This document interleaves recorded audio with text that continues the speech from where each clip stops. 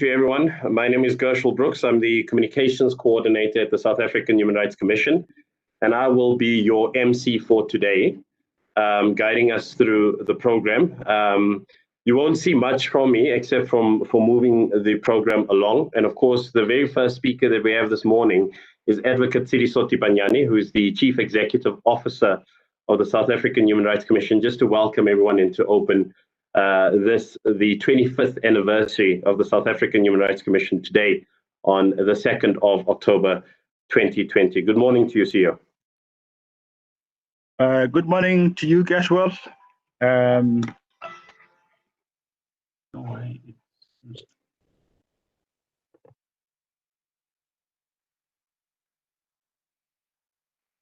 Sorry. No, it's fine, it happens. That shows that we're working.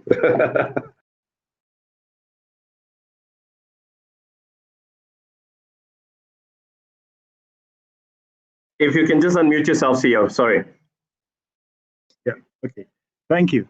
On behalf of my commissioners, the chairperson, and my fellow colleagues, would like to welcome all our invited guests and those who are listening from all over the world to join us in celebrating our 25th anniversary. As Gershel has pointed out, we were established in 1995, and we are now 25 years. I had the pleasure of joining the commission in 1996 as a young man around the age of 33 years, and it has really been a wonderful journey, full of up and downs, but we are here and we are still committed to doing our work as a constitutional body which has been established to strengthen our constitutional democracy through the promotion and protection of human rights.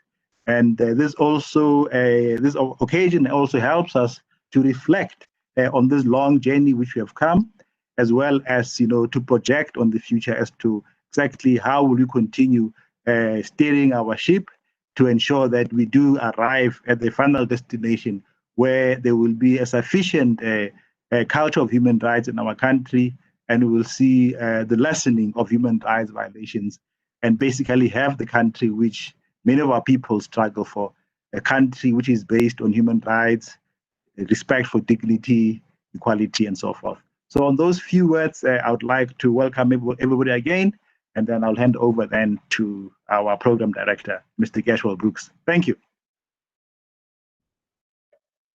Thank you for that, CEO. Thank you for a wonderful opening. And yes, indeed, we're looking forward to not just the celebration, but also remembering what we are here for. There's a slight change in the program, and we're going to hear up next from Honorable Gratitude Mahwanishe, Member of Parliament, who is the chairperson of the Portfolio Committee on Justice and Correctional Services. Good morning to you, and are you connected and ready to speak?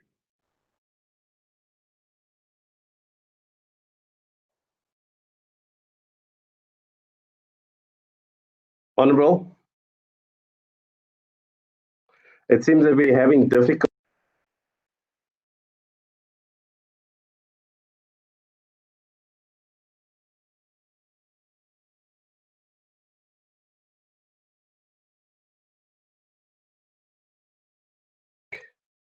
Okay. While we're trying to connect to the chairperson of the Portfolio Committee, I think what we can do is I'm going to ask then that we just play a quick presentation. Unfortunately, we are lacking audio and we're unable to feed the audio, but I think it is important that we also just give a face to what the South African Human Rights Commission is. All too often we talk about a body, we talk about an institution, we talk about an entity that needs to do all of this important work.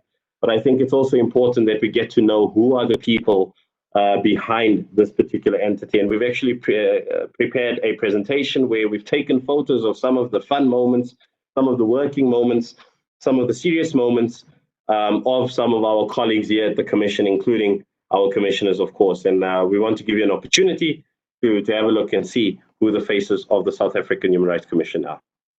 Thanks, Rolani. If you can just cue the presentation.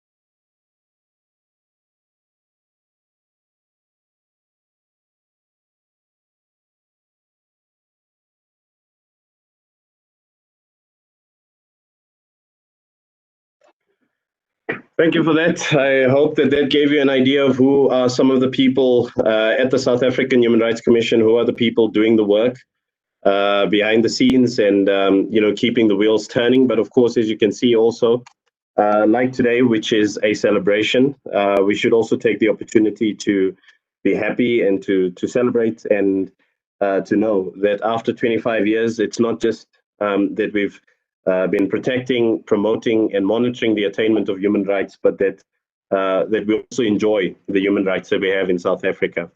At this stage, we're still trying to establish a connection and give the chairperson of the portfolio committee an opportunity to speak to us. So while we're trying to get that done in the background, there's a second presentation that we would like to show you. And again, apologies for the fact that you can't hear the audio.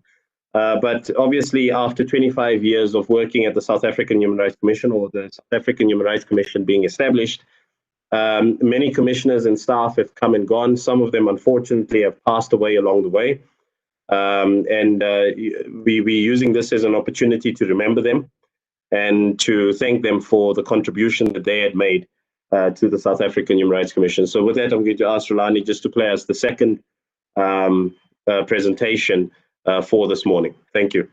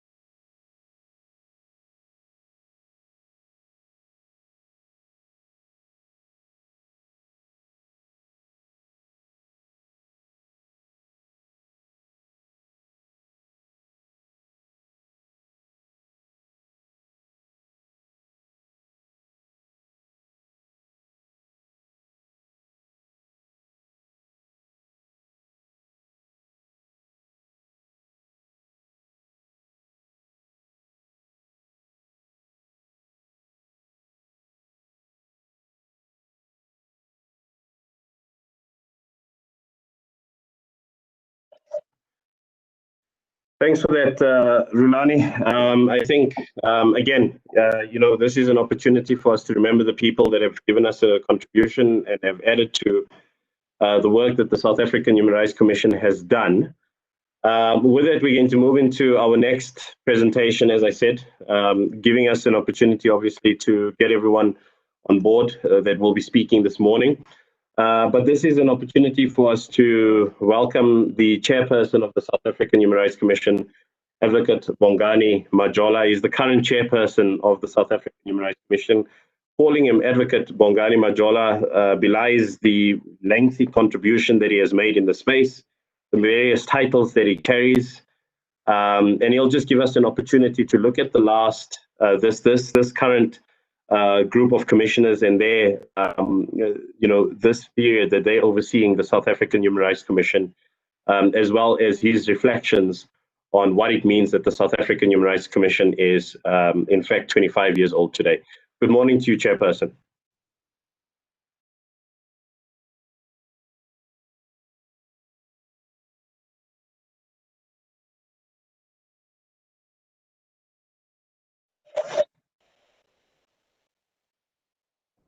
Chair. The chair is muted.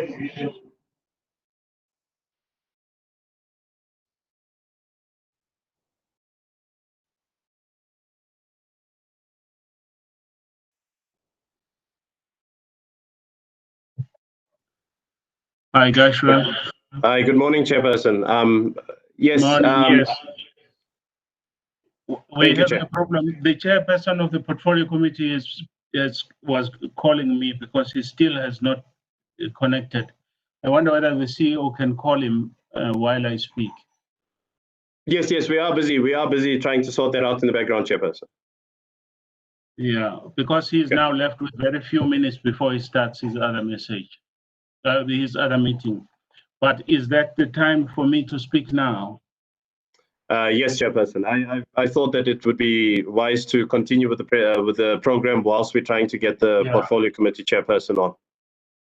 Well, apologies. I've been on the phone with him when you started speaking. Oh, okay. Fair enough. Thank you. Well, thank you very much for the opportunity, Program Director.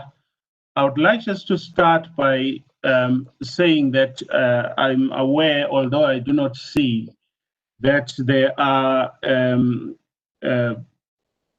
former chairpersons of the commission that are going to speak after me. Professor Bani Pichana, the first chairperson, and also now Judge Jody Kolapen. I'd just like to welcome them here. I'd like to welcome the Honorable Deputy Minister of Justice, as well as the chairperson of the Portfolio Committee. I also understand, or we expect, that the regional office director of the UN Office of the High Commissioner for Human Rights, Ms. Abigail Noko, will be here. A number of former commissioners, excuse me, because of the time, I will not mention by one, but I would like just to welcome, and also just to welcome everybody else that is here, including the commissioners, of the current commissioners and the staff of the commission, and say thank you very much. I do not know whether you are aware that some of our current commissioners are not well, and therefore they are not with us today. Commissioner Jana and Commissioner Makwetla, but the rest of the commissioners should be with us today. The first thing that I would like just to highlight, which the CEO may have highlighted before, is that we had planned this event for today, and we had planned a number of events, including a concert and a conference and so on, but because of the lockdown, we had to postpone. So the major event is going to be on the 10th of December. This, therefore, is a smaller event. We felt that this is an important date, which we should not just let it to pass without even a murmur. And we are very grateful to the former commissioners for being with us, and we particularly also grateful to government, the Deputy Minister and the Chairperson of the Portfolio Committee for being with us today. And I'd like to welcome all of you. I have then jotted down the few words because I was told I only have 15 minutes, and if I sound to be a little bit random, you please understand. This anniversary marks the important milestone for an organization that started with a handful of officials in 1995 and has grown in size over the past 25 years to have over 180 staff members in its employment by 2020. It has also undoubtedly grown in terms of visibility and impact. It is without doubt one of the few NHRI's, national human rights institutions in this continent who are leading in terms of human rights. However, please let me start with an acknowledgement before I continue. The South African Human Rights Commission is today a giant amongst the national human rights institutions of the world, and is not only better known within the country, but also in such far away countries as Fiji, Nepal, Ecuador, and many others. This is largely thanks to the strong foundation crafted and laid by the pioneering efforts of former commissioners and former staff members who preceded us. As I look back over the 25 years, I'm humbled truly by the work they did under difficult circumstances. What we are doing now, these days, is therefore just the continuation of building on that foundation that they laid over a quarter of a century ago. And we commemorate the first day of that period. There is, when you look back, there is still a large number of people who are either still unaware of their rights, or while aware of their rights, they still lack the proper understanding of those rights and how to use them or to protect them. Excuse me. The Commission has therefore continued to bring about awareness and understanding of human rights, and interventions have targeted largely poor and marginalized. We receive cases on a daily basis, and many of the cases do indicate that people are still not fully aware of their rights. We visit provinces and so on, we speak to people, and we find that this continues to be a problem for many reasons. Maybe I'll get to some of those. So every year the Commission has continued, as part of its constitutional mandate, to carry out advocacy campaigns throughout the Republic. And in the process, it has educated many people about human rights. The Commission has also partnered with many stakeholders, including the academia, civil society, international agencies, and sister institutions in carrying out its promotion mandate. It has also partnered with government in a number of instances. For example, it has recently partnered with the Department of Basic Education and the Department of Justice in hosting the National Schools Moot Court Competition starting in 2018-2019. I must say that there is no better way of educating young children about human rights and planting the seeds of a strong human rights culture in the country than through the moot court competition in schools. In the 2018-2019 schools moot competition, South Africa ended up, of course, hosting the competition and winning the international schools moot court competition that was held in Poland in 2018, where they competed in the finals against the US and defeated the US team. And as part of advocacy, we have also persuaded the Department of Basic Education to introduce human rights into the education curriculum in the country. The Commission has also substantially expanded its reach and visibility in the media in the past 3 to 4 years, and has seen an increase in media items that report on the work of the Commission, from approximately 5,500 items in 2017-2018 to 7,700 items in 2018-2019, and to nearly 10,400 news items in 2019-2020. We continue with this initiative. The Commission is also forward-looking, of course, and has begun to strongly embrace developments in communication technology.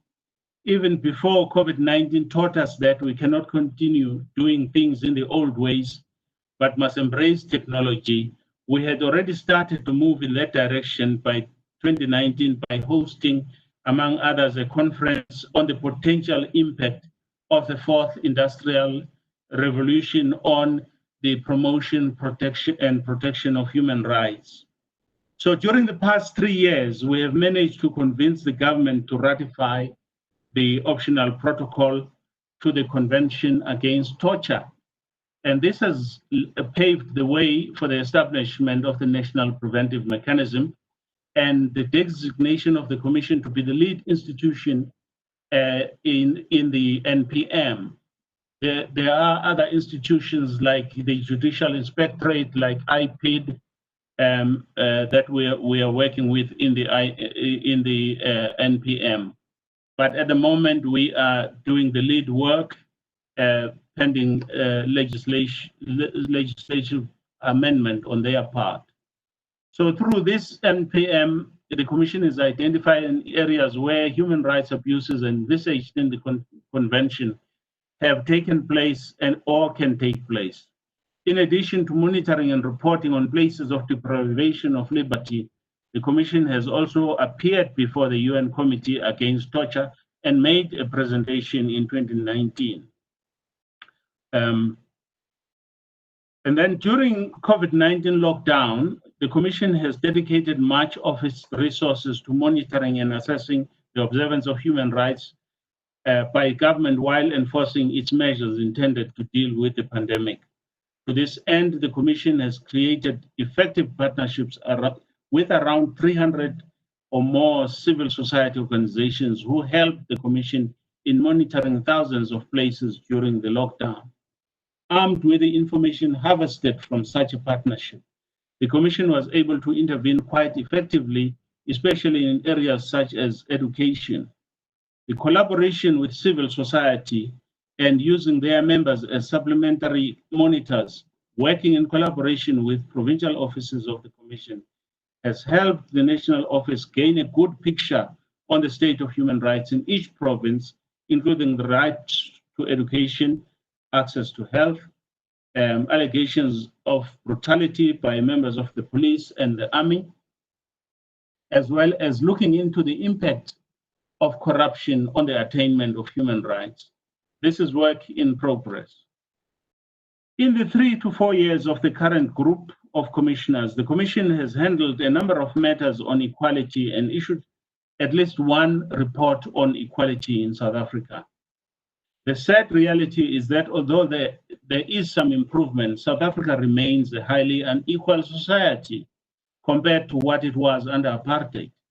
While the policies of post-apartheid democratic governments on the issue of equality are admirable, corruption and the reluctance to let go of privileges of apartheid have contributed significantly to the continuation of inequality in this country, including the scourge of racism.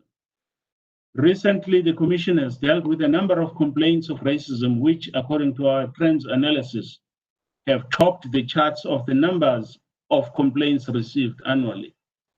Among others, the Commission took Vicky Mombek to the Equality Court in 2018 for the usage of the K word.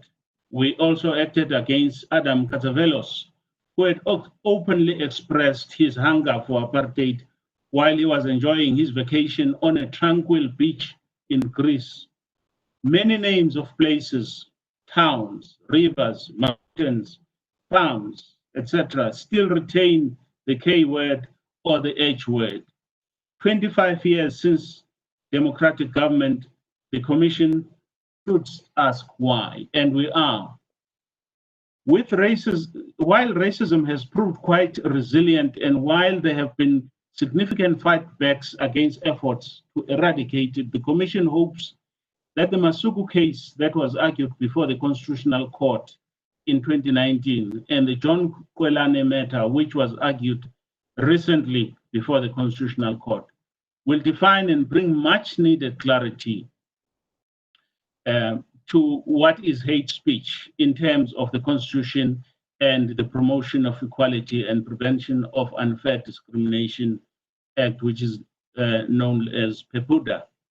We have also seen an explosion in incidents of gender-based violence, as well as incidents of discrimination against LGBTIQ communities.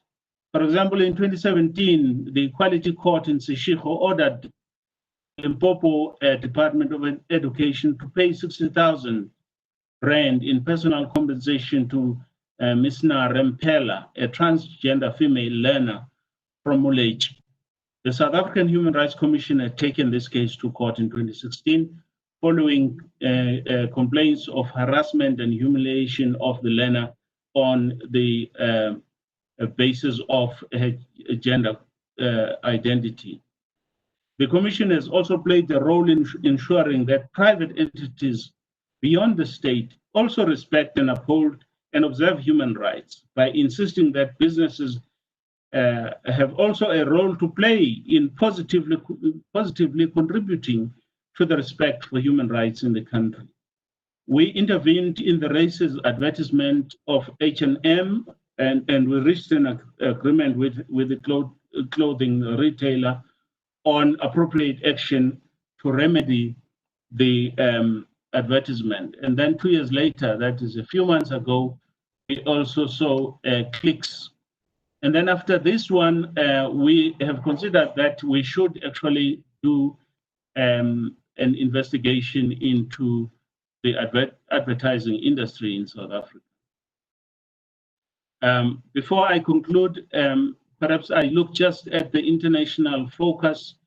The Commission has continued to enjoy its A status accreditation, which makes it eligible, of course, to appear before and present to UN human rights bodies, especially the Human Rights Council.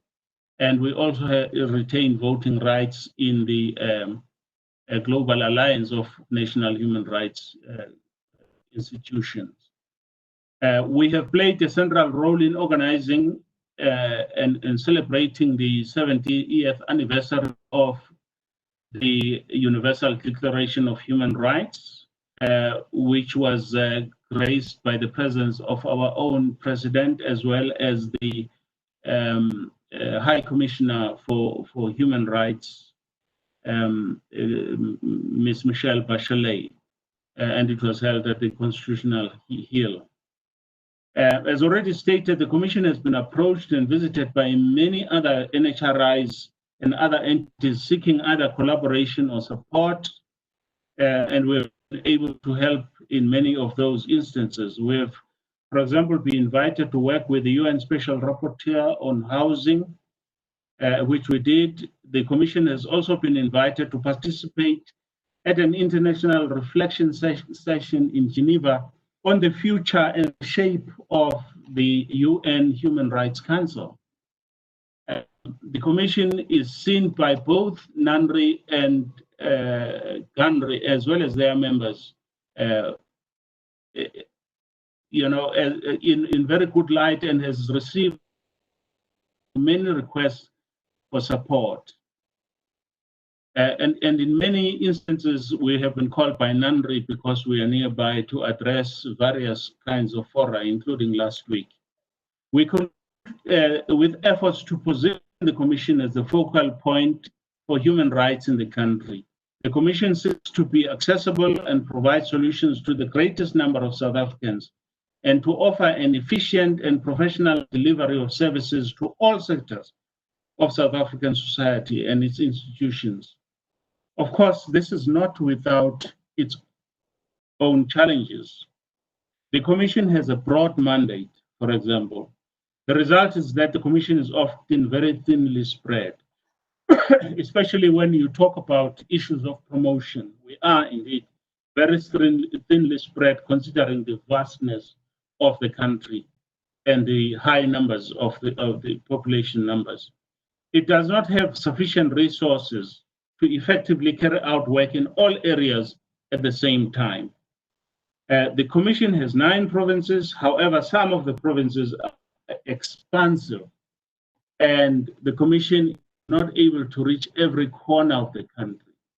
people are also sometimes not able to get in contact with the Commission because they may not have the resources to do so. A number of UN human rights entities have urged the South African human rights government to provide the Commission with adequate resources, but unfortunately with virtually little results. Yet billions of rands are poured into the deep pockets of corrupt officials and individuals each year while the government pleads lack of financial resources. This has the effect of continuously shifting the goalposts insofar as the realization, especially of the economic and social rights of the majority of this country, and also the problem of inequality that I spoke about. Looking forward, the Commission has finalized its strategic plan for the next 5 years. And in that strategic plan, we look forward to promoting pro-human rights budgeting, because we realize that that is the right way to go. The African Union itself has adopted this as the decade of human rights. They have also agreed now that development is not feasible without human rights, and so it is just proper that we adopt a pro-human rights budgeting strategy. We would also like to focus on good governance and combating corruption and mainstreaming human rights in development agendas. We would like to focus on the establishment of a dedicated child rights unit in the country to promote the rights of children. We also are establishing a disability unit because we realize that people with disabilities still often fall between the cracks. All of this, of course, is work in progress, and I would like to thank you, Program Director, for the time and apologize for taking longer than 15 minutes. Thank you. Thank you so much for that introduction. Thank you so much for giving us your insights into your reflections on the last 25 years, Chairperson. Up next, then I'm happy to announce that, of course, the Honourable Member of Parliament, who's the Chair of the Portfolio Committee on Justice and Correctional Services, that is Honourable Gratitude Mahwanishe, has managed to connect, and I will be therefore going to him next, just to hear from him in terms of what it is he'd like to say on the 25th anniversary of the South African Human Rights Commission. Honourable Mahwanishe, it's your opportunity. Thank you so much.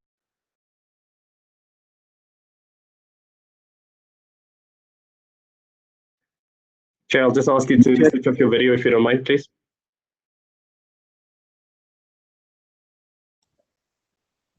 As in Chairperson Bongani Majola, if you would just switch off your video. Thanks.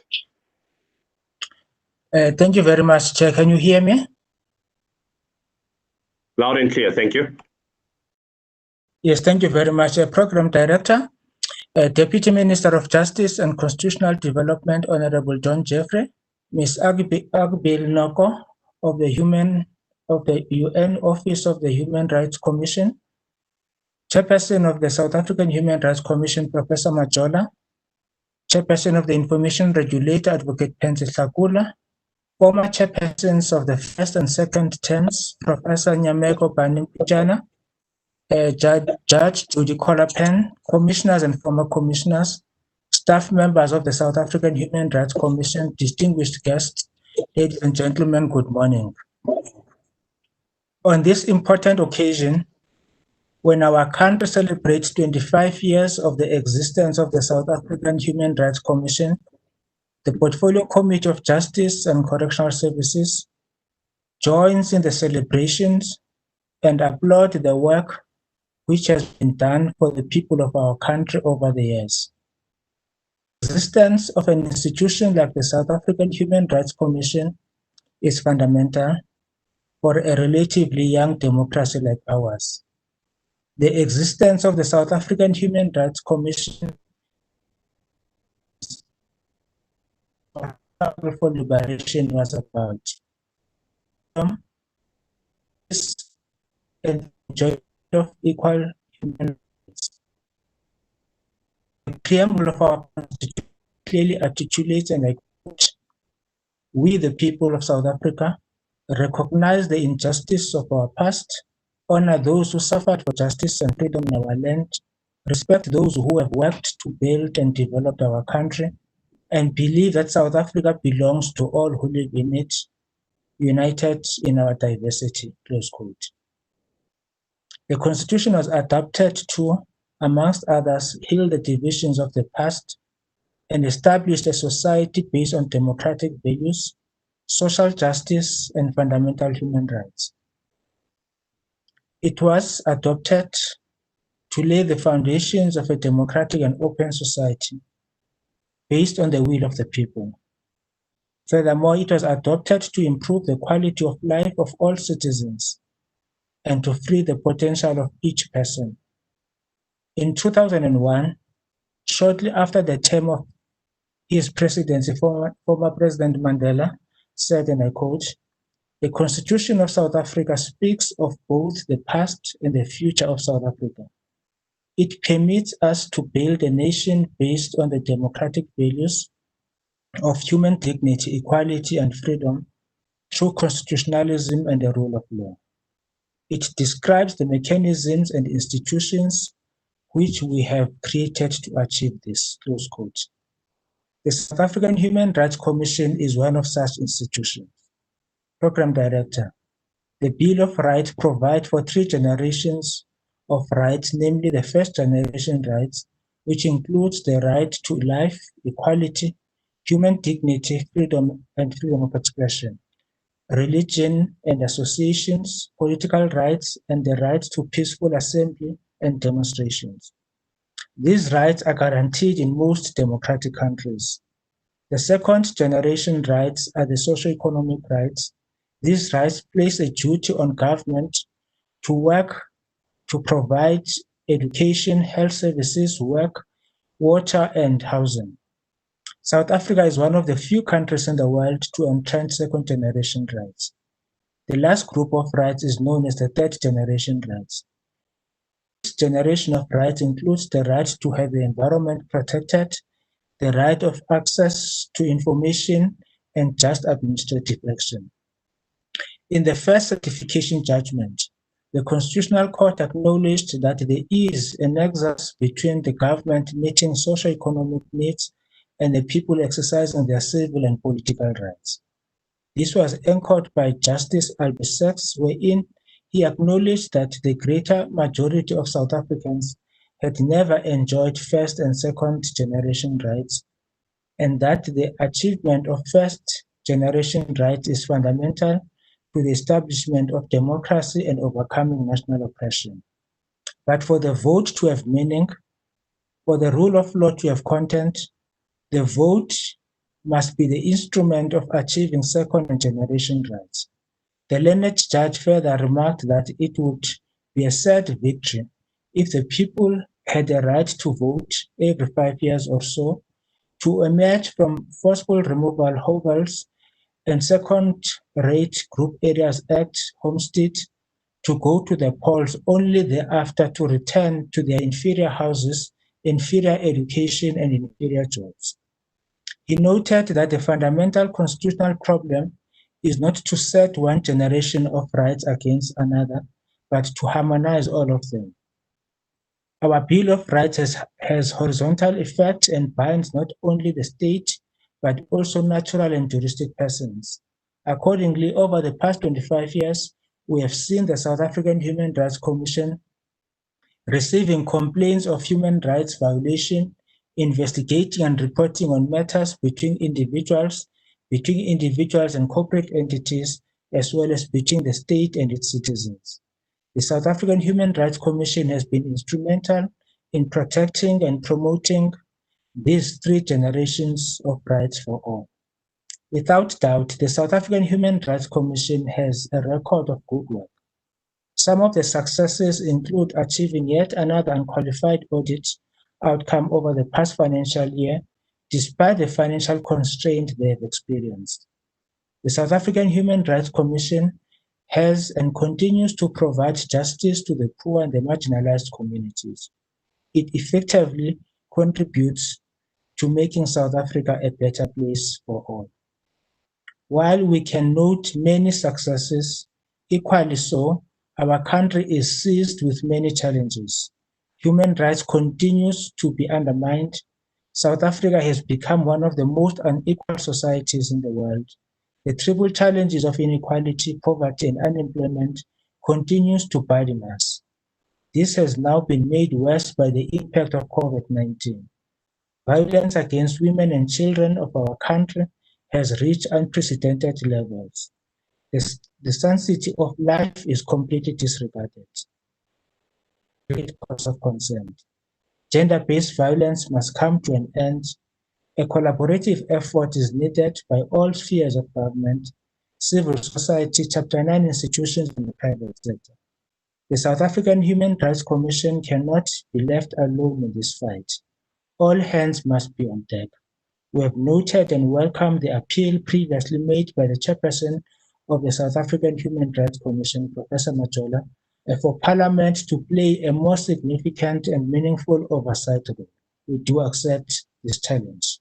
We wish the South African Human Rights Commission well and will continue to support its effort in supporting democracy and human rights. I thank you, Chair.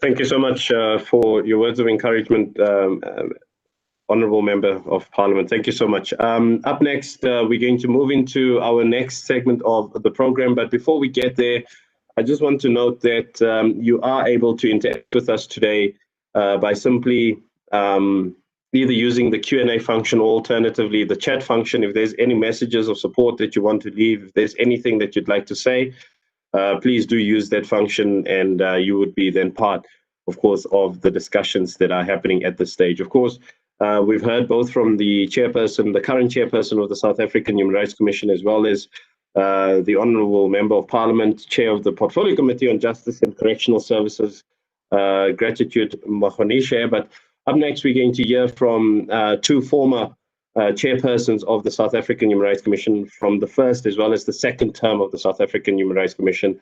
And first and foremost, I'd like to welcome Professor Nyameko Bani Pityana to take the floor. Good morning to you, and thank you for joining us.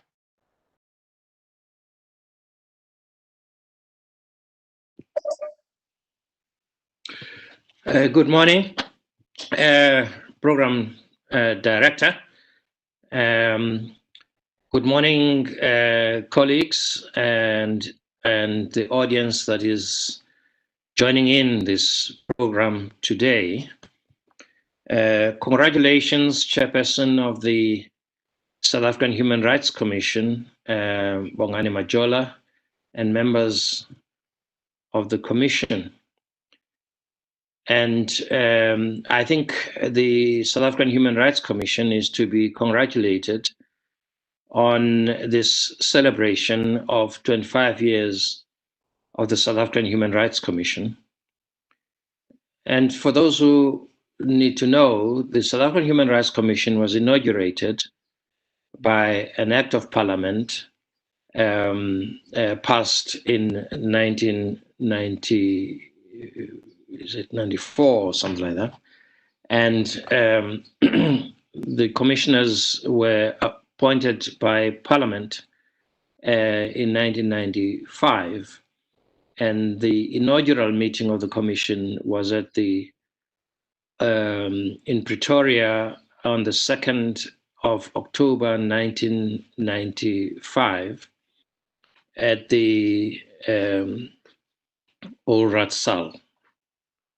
At that inaugural meeting, we were able to elect the new chairperson and deputy chairperson of the commission.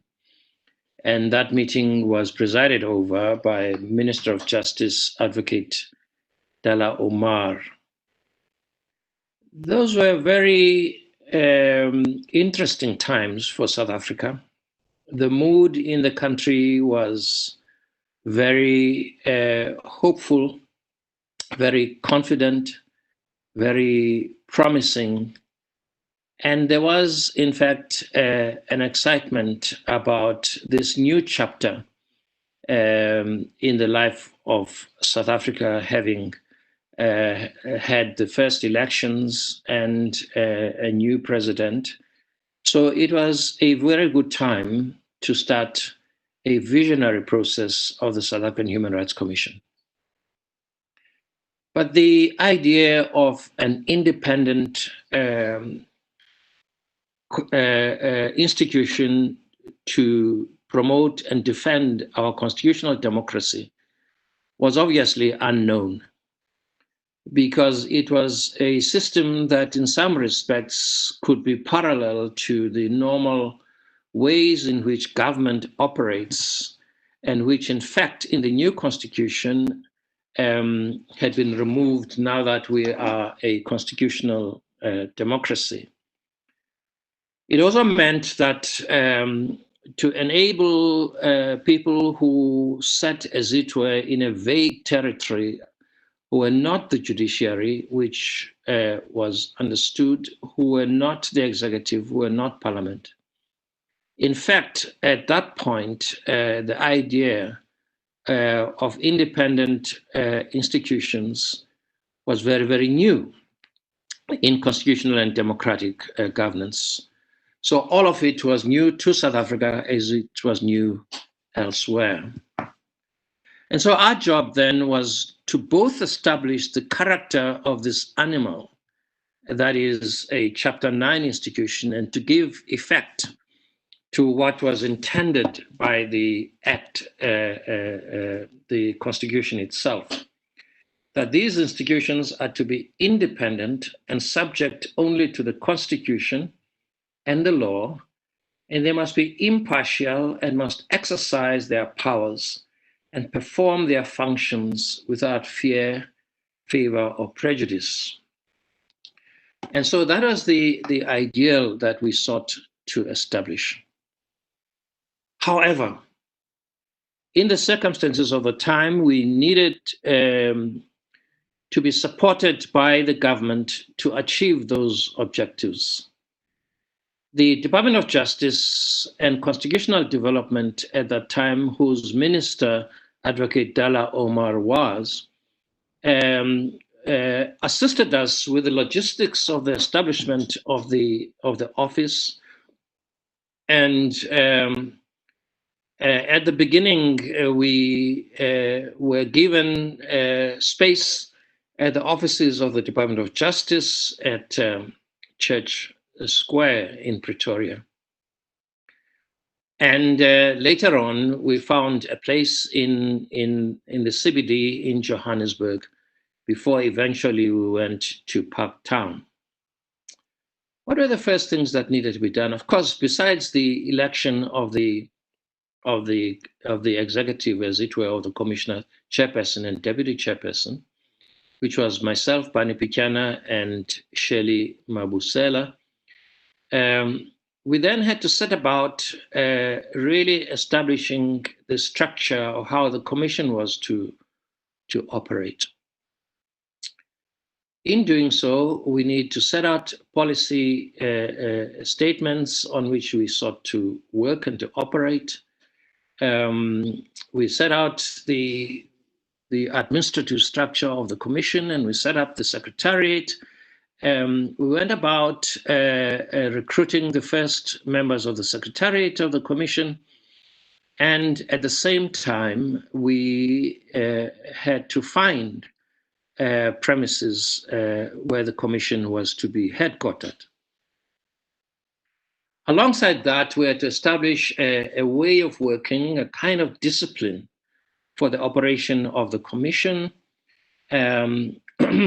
that set it apart from government and the structures of government. And on the other hand, we had to establish a public persona for the commission. What exactly was this animal that is the South African Human Rights Commission within South Africa? And those were, I think it's fair to say, very exciting days.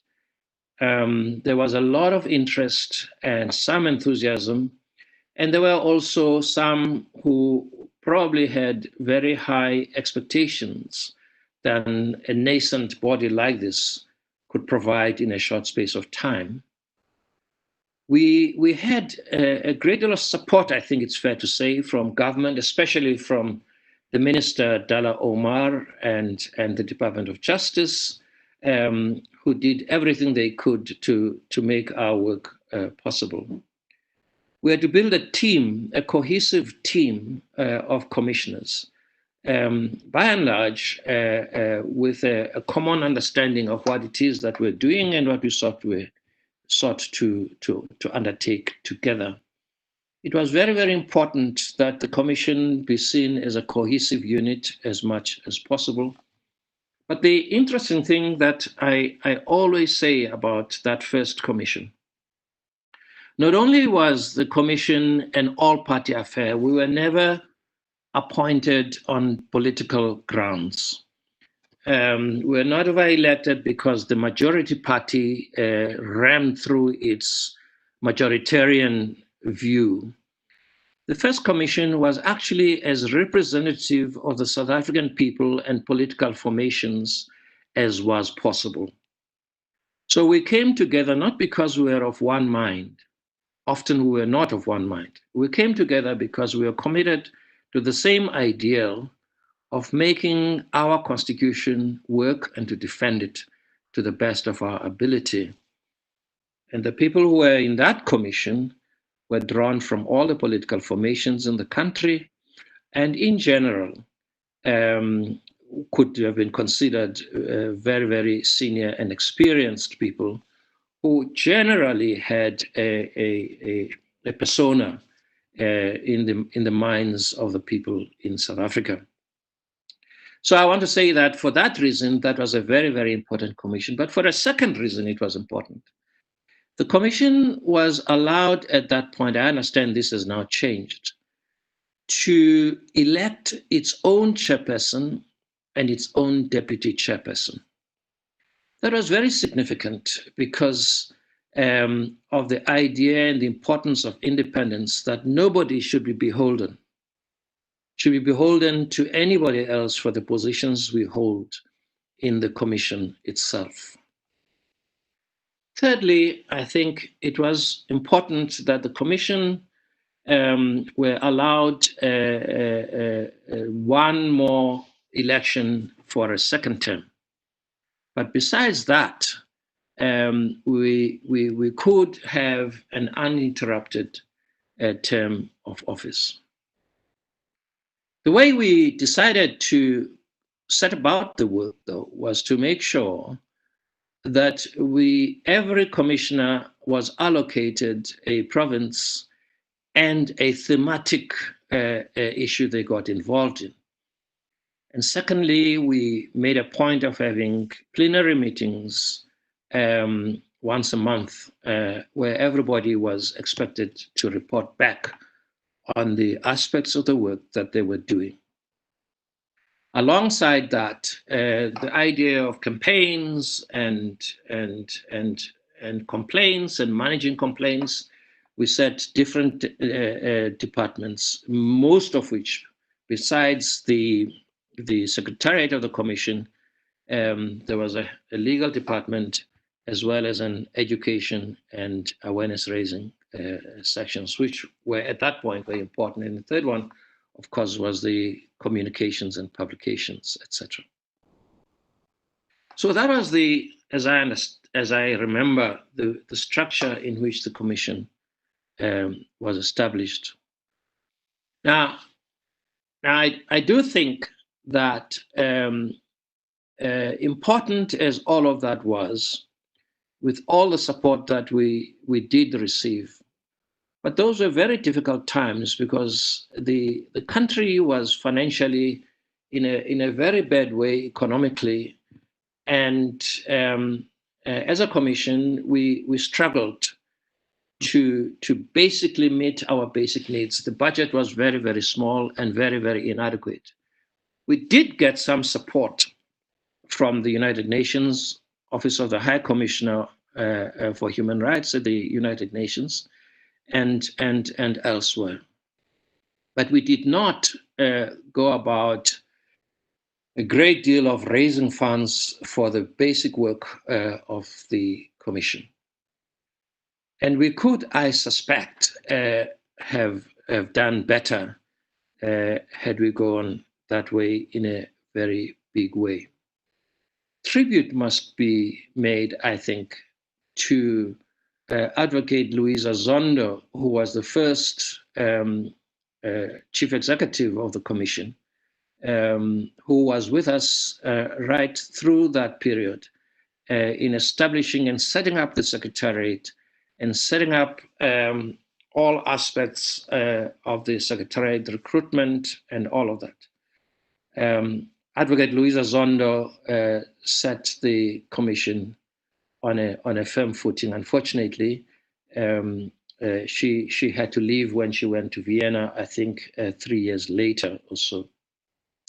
And she was followed by Ms. Lindiwe Mukate. As a chairperson of the Commission, I was very proud that I was elected by my colleagues and attempted very much to work as a collective in the work that we were doing as a Commission and worked to give guidance. But none of us actually had experience of the human rights work in this manner. We were all learning at that point. We were learning, we had the assistance of the Office of the United Nations High Commissioner for Human Rights. We're discovering we had other support from lawyers, Chiddle & Thompson and others who were giving us tutorials, I think, on the new constitution. We're learning from other national human rights institutions, from Australia and New Zealand and elsewhere. So we were on a learning curve. All of this was new to us, as it was new to the country as a whole. But I want to say that what made it work for us at that point is that we had a great commitment to work together. We had a lot of respect for each other, and we had a discipline to be accountable in what we were doing, both accountable to each other as the commissioners, but also realized the importance of accountability to Parliament and indeed working very, very closely with the Ministry of Justice and Constitutional Development.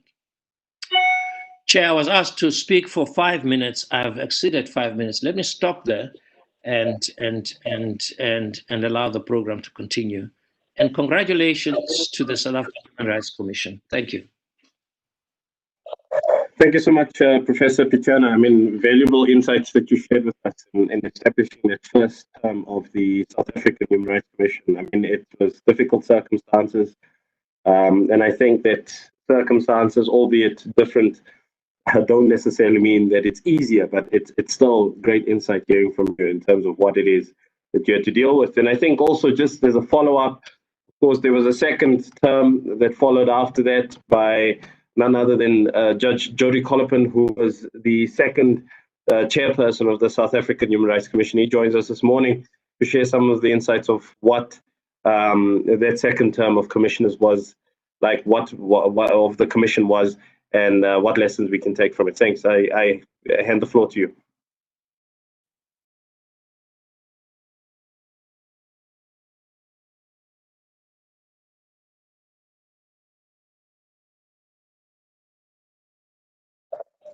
Judge Collipin?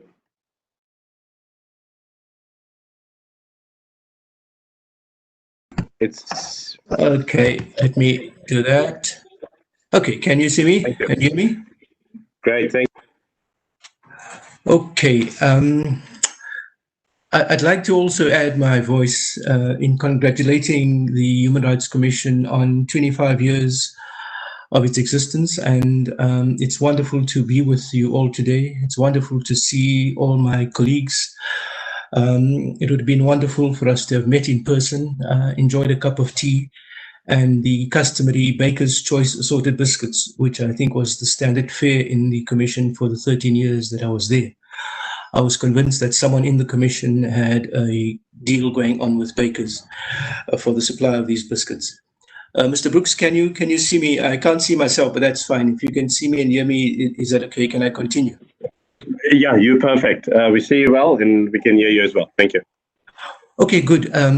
Today, 25 years ago, as Professor Patiana has indicated, the first leadership of the commission was sworn in and the batch of commissioners appointed. And it was a momentous year in our own country's history. President Mandela was at the helm of our country, supported by his two deputies, Deputy President de Klerk and Mbeki. Interestingly, in the same year, the death penalty was abolished by the Constitutional Court in the now celebrated Makwanani decision. Joe Slovo died in the same year. South Africa won the Rugby World Cup, but I must confess, I'm not sure how many South Africans then supported the South African rugby team. It was quite novel for us to see a team that for a long time we were not associated with win the World Cup. But it was wonderful seeing President Mandela hold the cup aloft with Francois Pienaar as a symbolic sign of unity in a country that was deeply divided for so long. And so it was a momentous year in many respects, and in certainly the life of the Human Rights Commission, a momentous year as well. And somehow 25 years seems a long time ago. When one looks back, it almost seems a different place, a different country. And I say this in the following context, that even though one had a sense of anxiety and a sense of uncertainty in 1995, given the enormous deficits that we faced as a young democracy, and given the enormity of the challenges that faced us going forward, there was a sense of hope, and there was a sense of excitement, and there was a sense of expectation. And certainly those of us who were fortunate enough to be called upon to join the commission felt enormously privileged that we were almost at the coalface of what our country stood for, and were in a very privileged position to make a contribution, to contribute to the realization of the aspirations that were so eloquently crafted and documented in our constitution, but that would prove so very, very difficult to translate into reality. So as Professor Patiana said, we took on this task with a great sense of pride, a great sense of humility, and mindful that it was an enormous privilege. And I suppose for many of us, the learning within the commission was enormous. There was no manual as to how one did things. There was no handbook. There was no judicial precedent, as I'm able to fall back on now, to guide me in difficult matters. And I suppose it was one's instinctive sense of justice, coupled with a strong mandate and the power and the authority to change things that took us along the path that we traveled. And there's little doubt that in the 25 years of its existence, the Commission has made remarkable progress and has achieved much. I think we would all immediately confess that looking back, we could have done better. Looking back, we could have done things differently. But I'd like to say that even the mistakes that were made were good faith mistakes, and at all times were made with a sense that we believed in the integrity of what we were doing. And in the first, and to my knowledge, the only major comprehensive review of the work of the Commission, which was undertaken by an ad hoc committee of Parliament that looked at all Chapter 9 institutions and associated institutions under the chairmanship of the late Professor Kara Asmal. That committee released its report in 2007. And I'd just like to read 2 paragraphs of that report because it captures, in many respects, I think, the sense of pride one feels with being associated with an institution like the Human Rights Commission. And those 2 paragraphs read as follows. Under the heading Understanding and Interpreting of its Mandate. A, the committee was impressed with the way in which members of the Commission explained their understanding of the Commission's mandate when they appeared before the committee. The commissioners showed a firm grasp of the social, economic, and political context within which they were required to operate, and displayed an intimate knowledge of the legal mandate under which they were required to achieve their goals. And then finally, just another short paragraph, and that says, with limited financial and human resources, the Commission has made a real difference to the promotion and protection of human rights in the areas it focused on. At the same time, the Commission has managed to retain civil relationships with the legislature, the executive, and has worked with relevant individuals and institutions in other branches of government when this was required. I commended the report to you, and it would be interesting to establish how the important recommendations contained in that report have been dealt with by the legislature, but I think that's a matter that can be considered and taken up separately. There are two things that stand out in my mind, and one could think about lots of things, but the one was the inquiry into racism in the media. I mean, the inquiry from its very outset set us on a collision course with the media, because the media, for some reason, believed that despite the incidences of racism and racism being part of the DNA of the society for 300 years, somehow the media had been insulated from the effect of racism and resisted from the very onset the inquiry. And things were headed for a showdown when the Commission then decided that, given the stated intent of the media not to cooperate in the inquiry, the Commission would use its powers of subpoena to subpoena the media to attend the inquiry. And we were heading for what may well have been regarded as a crisis of significant proportions, until sanity prevailed, and the chairman of Times Media, who is now the president of the country, accompanied by his lawyer, who is now a judge of the Supreme Court of Appeal, Judge Azar Kachalia, came and met with the Commission under the leadership of Professor Pityana, and I headed the legal complaints committee and was very much part of the inquiry into racism in the media. And when the meeting started, I think Mr. Ramaphosa, as he was then called, said, well, he hoped everybody had enough time, because the meeting, he hoped, would not end until we had resolved the matter. And in that spirit of attempting to find a resolution was reached. The media houses all agreed to voluntarily cooperate in the inquiry. And on that condition, the Commission agreed to withdraw these subpoenas, as there was no legal need for them. And that was a very important report, I think, of the Commission, because I think it showed how there were no sacred cows in South Africa, that the evil of racism had crept into every facet of our society, and that the Commission would not hesitate to use its powers to deal with that, and to deal with that decisively.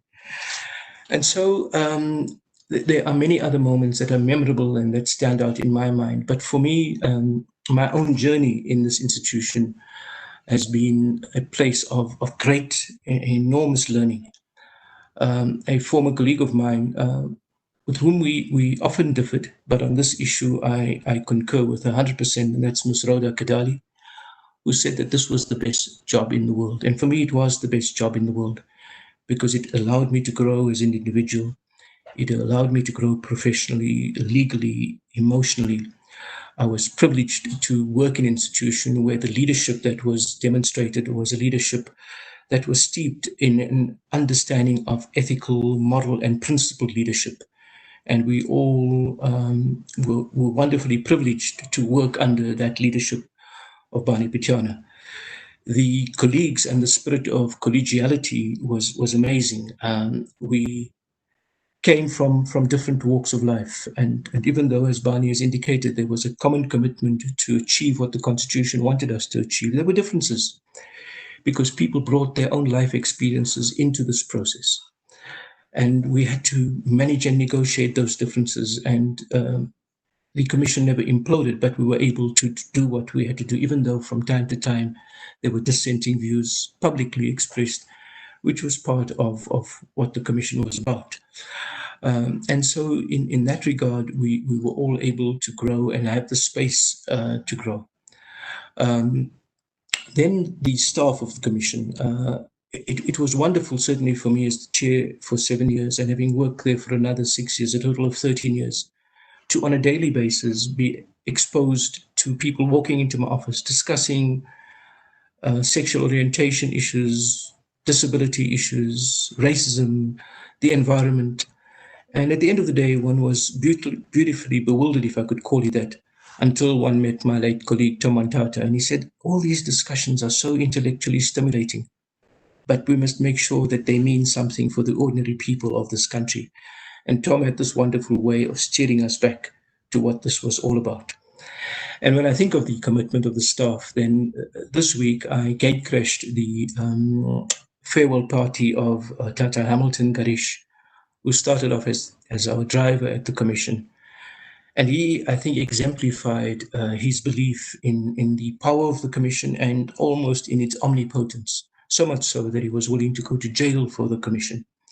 He happened to double park one day in the CBD, and a traffic officer, I think, politely came to him and said, look, you can't double park because you need to block the flow of traffic. And he said, well, look, I work at the Human Rights Commission, so you can't tell me that not to do that.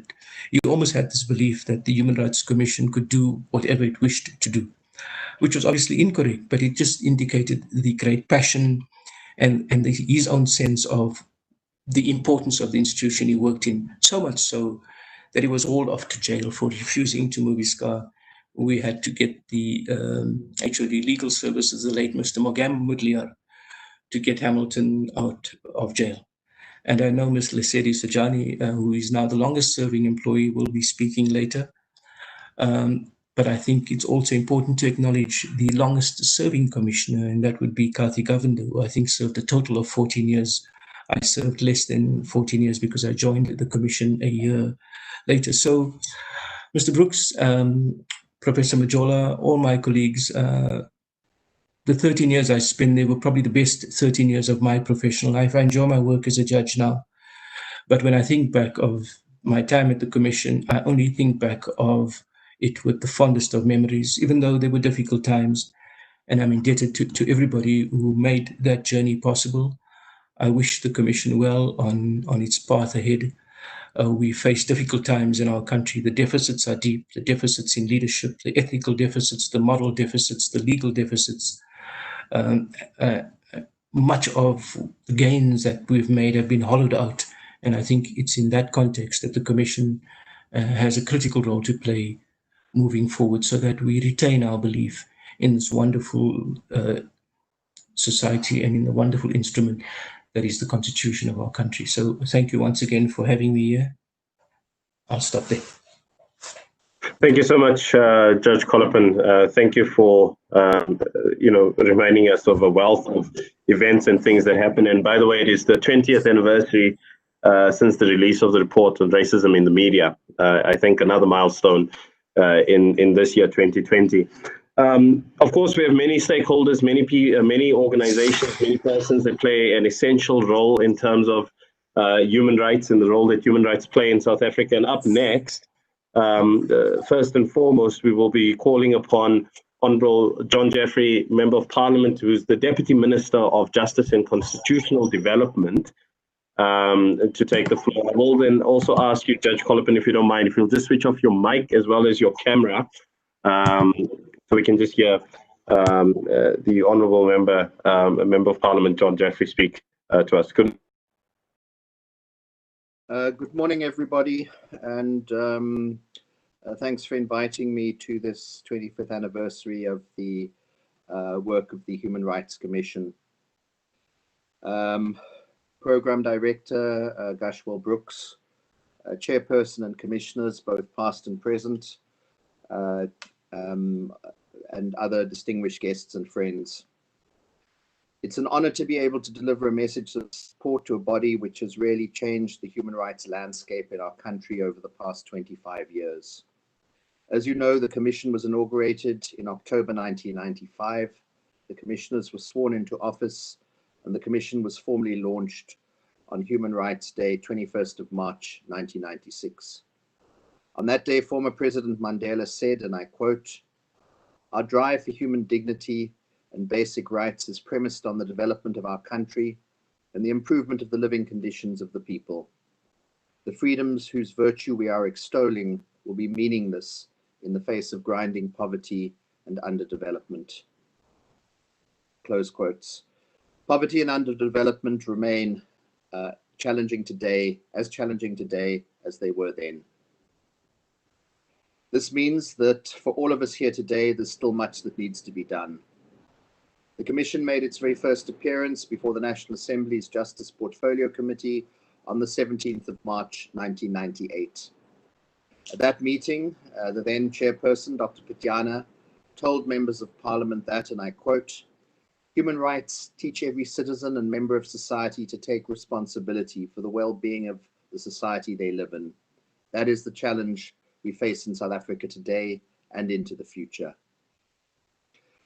The Commission's mandate is a broad one, and it has to be commended for executing this wide mandate with great success over the past 25 years. Whether it's civil political rights or raising awareness of human rights on monitoring and assessing human rights in the country, the Commission has done sterling work. There are two areas in which the Commission has truly excelled, and it has been in terms of equality matters and socio-economic rights. There's something which was acknowledged in the ASMAL report, or as it's called by its full title, the report of the Ad Hoc Committee on the Review of Chapter 9 and Associated Institutions, when the committee highlighted the importance of the Commission, saying the role of the Commission is of cardinal importance, particularly for the vast number of South Africans for whom the realization of socio-economic rights contained in the Bill of Rights is a priority as it concerns their daily struggle for survival. The committee emphasized that the Constitution provides the Commission with a very unique power, namely to identify, defend, and initiate socio-economic aspects of the Bill of Rights, and said that the drafters of the Constitution knew that to focus exclusively on political rights was, and I quote, "like throwing a rope of sand to our people."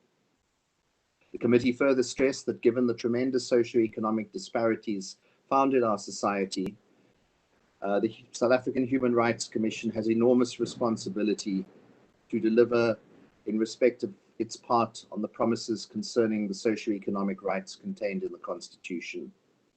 There's no doubt that the Commission has commendably lived up to this task. But Programme Director, as I've said earlier, there's still much to be done. Whether it's us in the executive, our public representatives in Parliament, in government departments, our Chapter 9 bodies, or civil society. As Dr. Pityana said at the very first meeting before the Portfolio Committee, human rights teach every member of our society to take responsibility for the well-being of the society they live in. It's a collective responsibility that rests heavily on all our shoulders. I want to leave you with the findings, the rather troubling findings of a survey released in July this year by Afrobarometer, which is a non-partisan research network, where they asked a fundamental question: are South Africans giving up on democracy?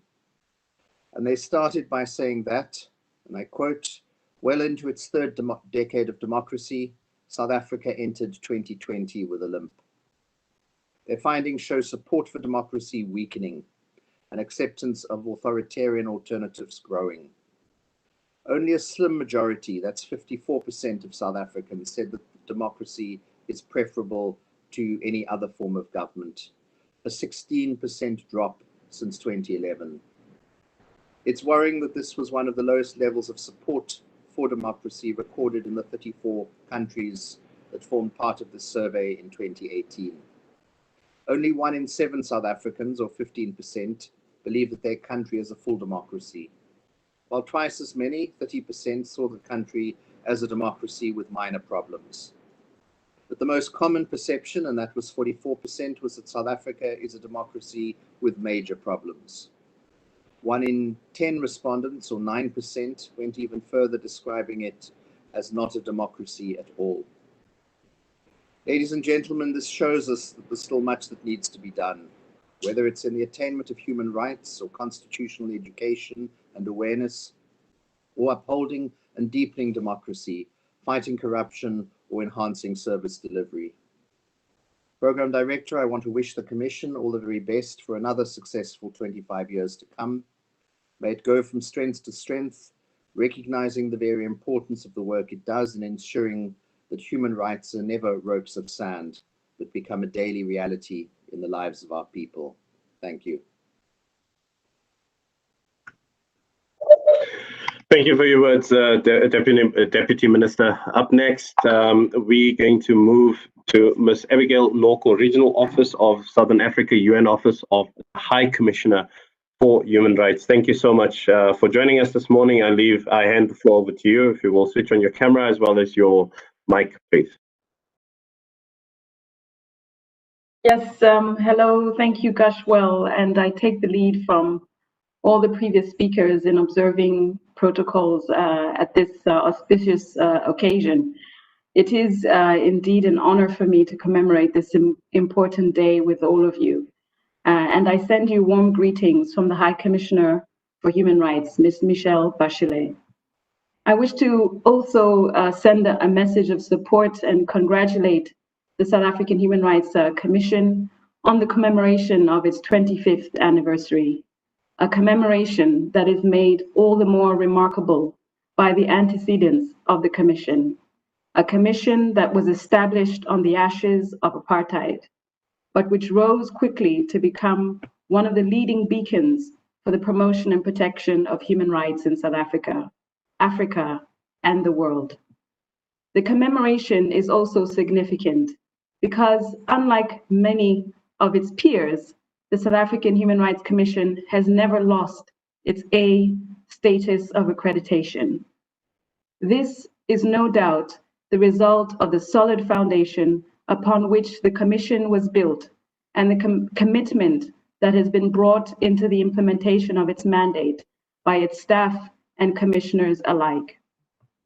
Current and former chairpersons, commissioners, and staff who are with us today bear important witness to the remarkable history of the Commission and the formidable journey traversed since its inception. At 25 years, the Commission has reached an age of maturity. It is an important opportunity to take stock of important achievements, draw lessons, and chart a way forward, building on the Constitutional Bill of Rights and the universal principle of we the people. Simply put, the Commission is old enough to stand firm in its ideals and young enough to lead without fear or favor in its unrelenting pursuit of human rights for all. Establishing and strengthening national human rights institutions as effective and A-status institutions remains a priority of the Office of the High Commissioner for Human Rights. This stems from the firm belief that such institutions are reliable partners not only for the office, but also for regional and international human rights system at large. In this Jubilee year, the Office of the High Commissioner for Human Rights reiterates its readiness to continue strengthening the South African Human Rights Commission to effectively and independently discharge its mandate in full compliance with the Paris Principle. This includes addressing recommendations made by the Subcommittee on Accreditation of the Global Alliance of National Human Rights Institutions. On this occasion, I must pay homage to the first chairperson of the Commission, also known affectionately to me as Tata Pityana, who built a solid foundation for the Commission and has set it on a path of mutually supportive collaboration with the Office of the High Commissioner for Human Rights. A path which without doubt has contributed to making the Commission one of the leading commissions in Africa and the world. This collaboration continues to this day, and its legacy is a vibrant commission. On that foundation, the Commission has also made important contributions to strengthening engagement with other national mechanisms on the international sphere. More recently, former Chairperson Mushwana chaired the International Coordinating Committee of National Human Rights Institutions between 2013 and 2014. And former Commissioner and Deputy Chairperson Majundina served as a member and chairperson of the Human Rights Committee. The accolades of this Commission's esteemed commissioners and staff are innumerable, and many of you, including Chairperson Majola, continue to serve as points of reference for our office and institutions around the world. The Commission is also active in its interaction with the Human Rights Council, the Special Procedures, and the United Nations treaty bodies.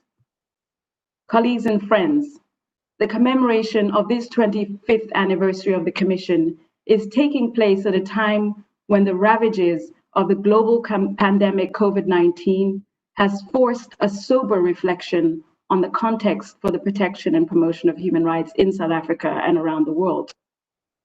The Commission has played its role in supporting and strengthening human rights content of the national response, demonstrating its importance, resilience, and independence as an institution.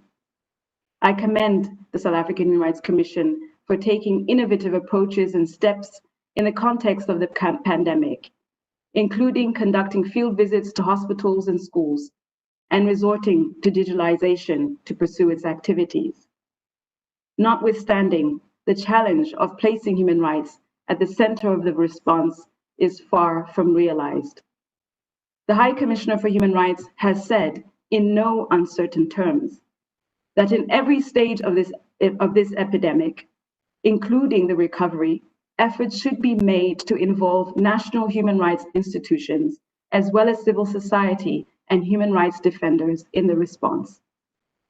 We must continue the hard work of making sure that the South African Human Rights Commission has the capacity, resources, and weight to ensure the realization of human rights for all people in South Africa, and continue the journey of attaining the ideal that Nelson Mandela sought to pursue of a democratic, free society in which all persons live together in harmony and with equal opportunity. It is indeed our conviction that will stand the test of time. In closing, I wish to reiterate my congratulations to all of you on this 25th anniversary. May you grow from strength to strength. I thank you.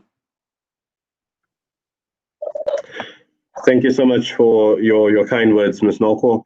We're going to move into the next portion of the program. And with that, I'd just like to remind everyone to continue using the chat function as well as the Q&A function if you want to say anything, if you want to raise any questions, if you want to have your voice heard around the 25th anniversary of the South African Human Rights Commission, because of course, a little later on, there will be space for an open discussion. How we will do it, we'll do it digitally using the Q&A and the chat function as well. The messages are coming in. I see also via social media.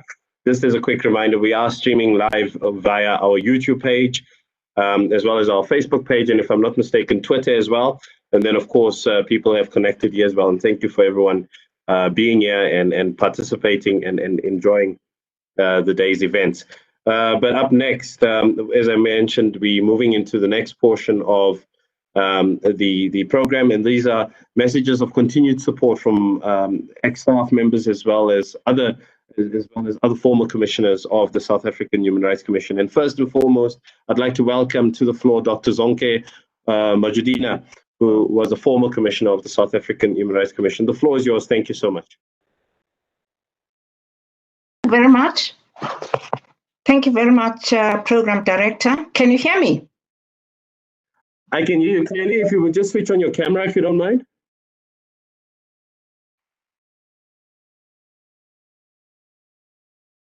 Is that it? Indeed. Thank you so much. Good day to all participants. Thank you for having me on this important day. It's an honor to great 20 and the Human Rights Commission. Congratulations to the commissioners for organizing this event.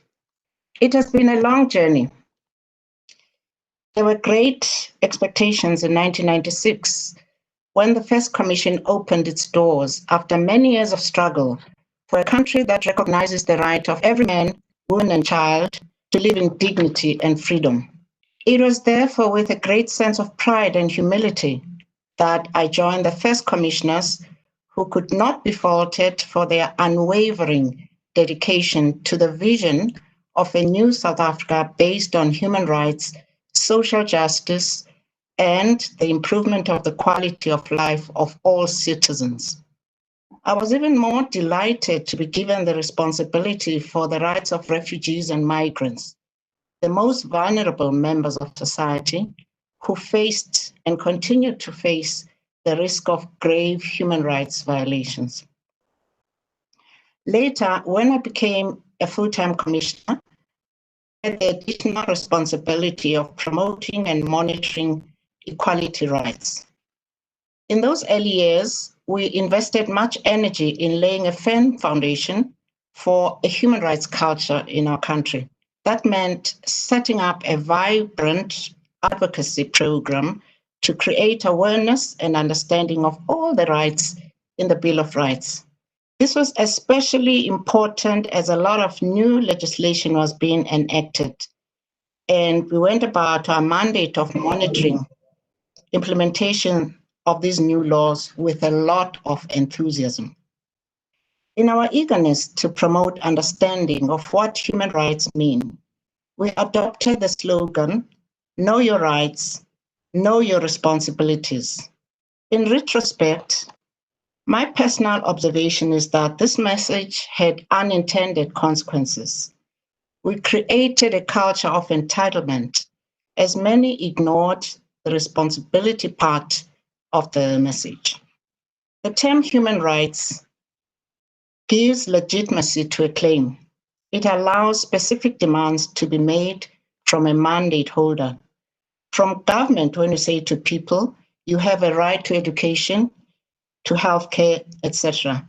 But do not emphasize that there is a corresponding responsibility in the context of progressive realization and availability of resources in the case of socioeconomic rights. I'm not sure we would be seeing so many service delivery claims if we had made it very clear that human rights imply a duty that carries a responsibility, a cost. This is true whether we're talking about individuals or entities such as the executive arm of government. There's a cost to human rights. It might be the responsibility to refrain from doing something or taking positive action to realize a right. The Equality Act is a good example of this. Given our history, the aim of this legislation is to redress historical and structural inequalities in our country. It deals with the prevention of unfair discrimination at length, as well as with the promotion of equality, placing a heavier duty on government to promote equality. Among other things, government departments, the private sector, and all entities have a duty to submit equality plans to the South African Human Rights Commission under this Act. Regrettably, and I'm happy the Deputy Minister of Justice is here, regulations to the promotional part of the Act were never promulgated, right up till I left the Commission, and right up till now.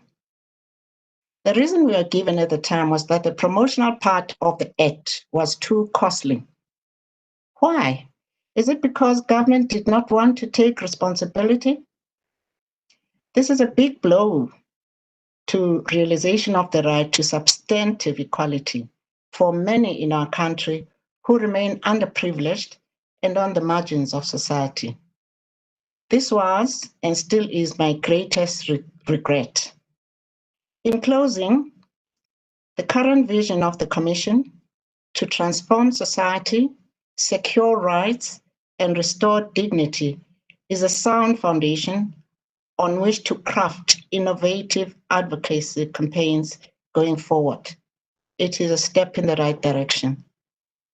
I once again extend heartfelt congratulations to the Commission, commissioners, staff, past and present, not forgetting those who are now departed.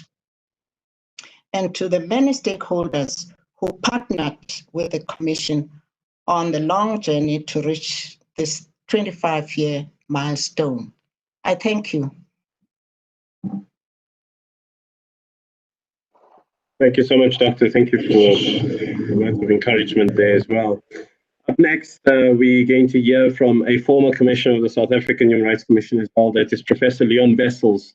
I hand over the floor to you. Thank you so much, Professor.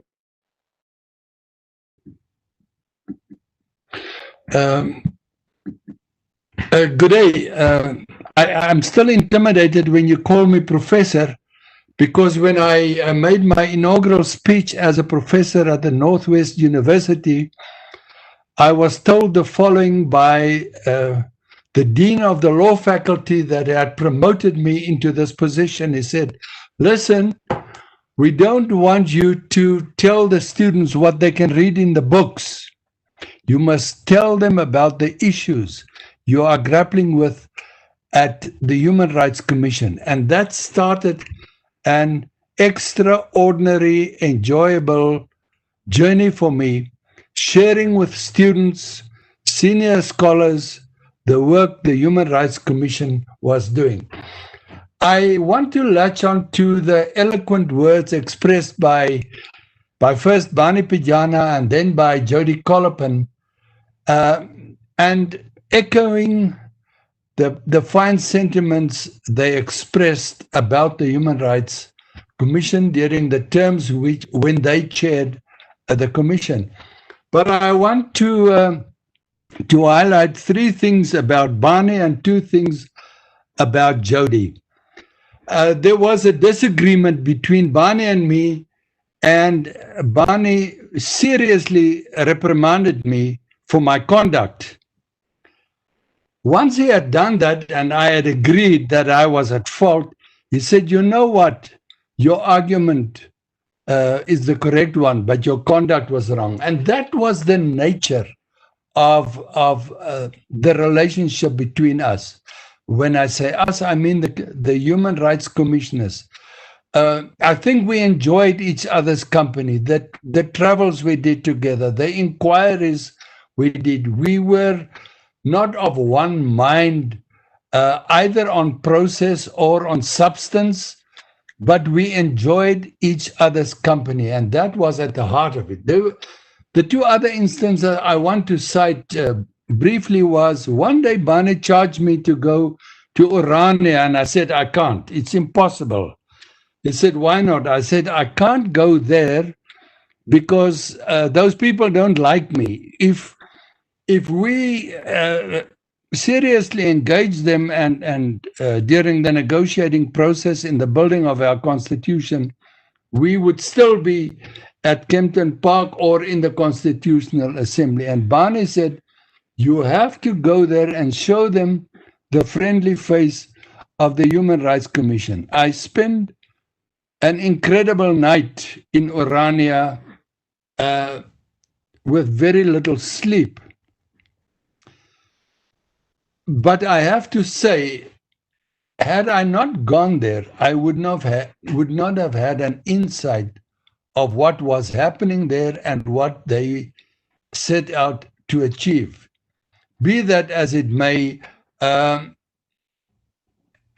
still regard that as the privilege that Bani and the Commission charged me with this responsibility to engage them. There was another occasion when I was charged to fly to Mossel Bay and deal with a particular issue there involving management, trade unionists, workers, etc. I was already on the flight when the workers, through their trade union representatives, called Bani and said, we understand that you are sending this fellow to address our issues there. We will not accept him. Bani said, why? He said, look what he looks like and look where he comes from. Bani said, I only have one standard for human rights commissioners. They must show allegiance to the Constitution and discharge their responsibility. according to the fine print of the Constitution. Long and behold, it was another enjoyable experience that I would not have missed for anything in the world. And safe to say that we parted in agreement, all of us involved in that discussion. I know the clock is ticking, and therefore I will, not because of lack of importance, but in service of time, just say under Jody Colopin's stewardship, I had an incredible experience to do an inquiry into human rights violations amongst the Komani San community in the Northern Cape. To illustrate the importance of that work and how life-changing and enriching that experience was, the young researcher whom we paid 39 rand 50 per hour, who wrote that report, is currently a SAHRC chair in the department at the University of the Northwest in charge of human rights in relation to environmental and local government affairs. Anel du Plessis, from being paid 39 rand 50 by us, elevated and used that opportunity to become a SAHRC chair. She always acknowledges the fact that that inquiry started her career. And I guess that was the experience of many other people who worked with and for the Human Rights Commission. I also like to say that under Jody's stewardship, Dr. Yvonne Erasmus crafted a report which I managed from the sidelines, critically reflecting the institutional journey of that particular term and set of commissioners.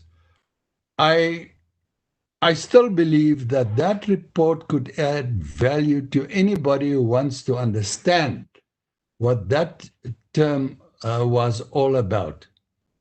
Finally, whenever I see and hear, as I did this morning, Rulani Kavutla's name on my computer screen, or Lesedi Sojani's name on the program, Lesedi, the light of my life, I have to pay tribute, like Jody did, to the staff, all the staff members that worked with us. Not only did we enjoy their company, and not only did they enrich our lives, I think about them all fondly. So as I wish you, Advocate Majola, your CEO, your other commissioners, some of whom I've had the privilege to work with, also some of your staff members, the person, Mr. Boang Jones, I had the privilege of working in the university when I was associated with the University of the Free State. I wish you well as you continue this journey. And once again, to each and every one that enriched my life during the 10 years I served, I remember you fondly. Thank you. Thank you so much for that, and it's again greatly appreciated. Up next, we have Professor Kathy Govender, who's also a former commissioner of the South African Human Rights Commissioner. We have a former commissioner, Professor Kathy Govender, to take the floor. Good morning to you, and thank you for joining us. Thank you very much. It's a wonderful privilege to be invited to speak. Let me just say that I served under both Professor Patiana and Judge Colopin and briefly under Shelley Mabusela for about 14 years. And I want to just take my cue from something that Leon used to always say. He used to say that if you have something nice to say about people, say it, because you may be run over by a bus tomorrow and that would remain unsaid. in the years that I served under both Barney and Jodi's leadership, I learned a tremendous amount. It was an absolute privilege and honor to work with them and under them. They had very different styles.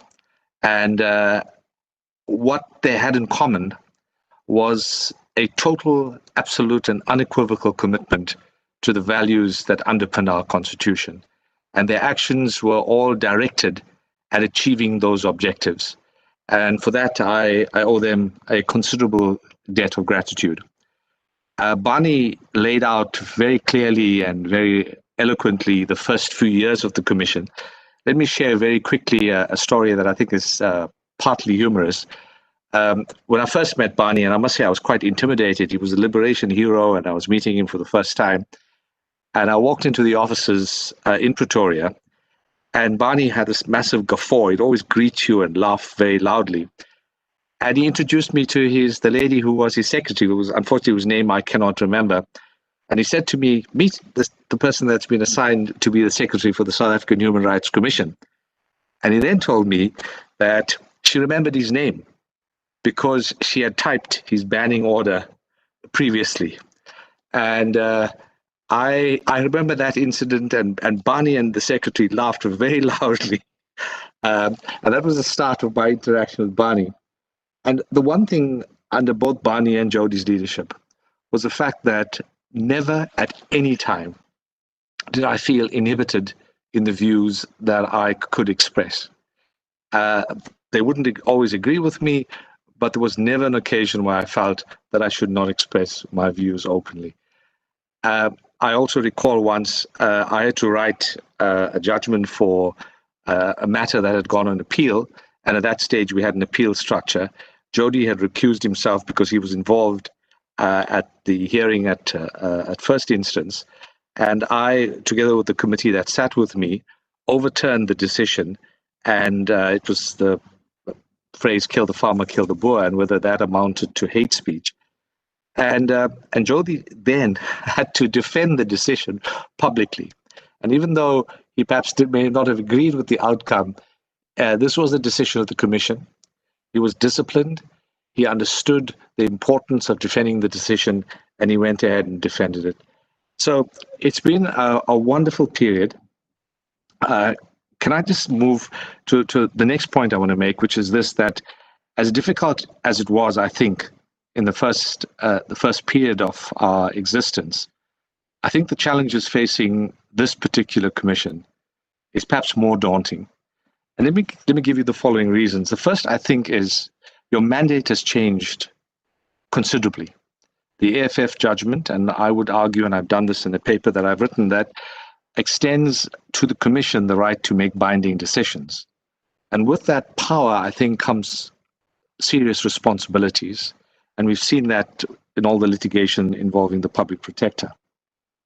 But to my mind, and the Deputy Minister touched on this with his last remarks concerning the issue about democracy, all of us that have worked in the Commission in the past, that work presently, that are involved with the project of strengthening constitutional democracy must be worried about the loss of support for this idea of a constitutional democracy. The Deputy Minister cited figures as far as South Africa's confidence in a constitutional democracy is concerned, but that is being replicated throughout the world. And I think the South African Human Rights Commission does have a responsibility in this regard. The Commission, to my mind, has to work at one end of the continuum of establishing a constitutional democracy and growing it. And at the other end of the continuum, it needs to ensure that individual complaints are being dealt with. And I think that one of the responsibility I would suggest with respect that it has is that it has to engage, I think, in this idea about the voting system that we are going to adopt. The judgment in the New Nation case has decided that Section 19, subsection 3B of the Constitution must be interpreted in a way that allows individuals to contest public office. And I think what we now need as a country to decide is how we balance this issue of representative democracy resulting in general proportional representation with accountability. I think this is going to be one of the major issues that face us over the next little while. Let me just reflect as well a little bit on Tom Mantata. Tom was an incredible figure, and I got to know Tom fairly well in our second term. And when we were touring the Eastern Cape, our team commented on how wonderful the scenery, how wonderful the view was. And Tom's immediate response was, the problem for the people in the Eastern Cape is that you can't eat scenery. And Tom, who literally shed blood for this constitution, is someone that reminded us of some of the real purpose that the Commission is there for. I want to also acknowledge, as I think it's important, the current leadership of the Commission. When Jody was chair, we asked him to testify in a case before the Equality Courts to propagate the Equality Act and to test some of the provisions. He willingly agreed, and he went through the inconvenience of testifying and being cross-examined in the Equality Courts in Pretoria. About 2 years ago, we had a very difficult case in KZN involving hate speech here. And Bongani readily agreed to come forward and testify, and did so over a number of days in the not particularly pleasant surroundings of the Equality Court, sitting at the Magistrates Court here in Durban. Bongani did that, and as did Jody, because they deemed it necessary to step forward and lead from the front. And I want to acknowledge both of them for doing so. And I think it demonstrates that the Commission, as in the past, is now in very good hands. I want to end by thanking you for this opportunity, for thanking the present leadership and the past leadership for giving me this opportunity to serve. And it's an incredible privilege to hold office in terms of this constitution. And I thank you, the present commissioners, for building on the foundation that was laid in the past. And I wish you every success in your future. Thank you very much. Thank you very much, appreciated. And of course, that brings us close to the end of the segment. We were going to hear from Advocate Pansy Tlakula, who's the current chairperson of the Information Regulator of South Africa, but unfortunately she could not join us. But that gives us an opportunity to hear from the longest serving current staff member of the South African Human Rights Commission. That's Ms. Lisedi Sojani. I hand over to you. Thank you for joining us this morning, Lisedi.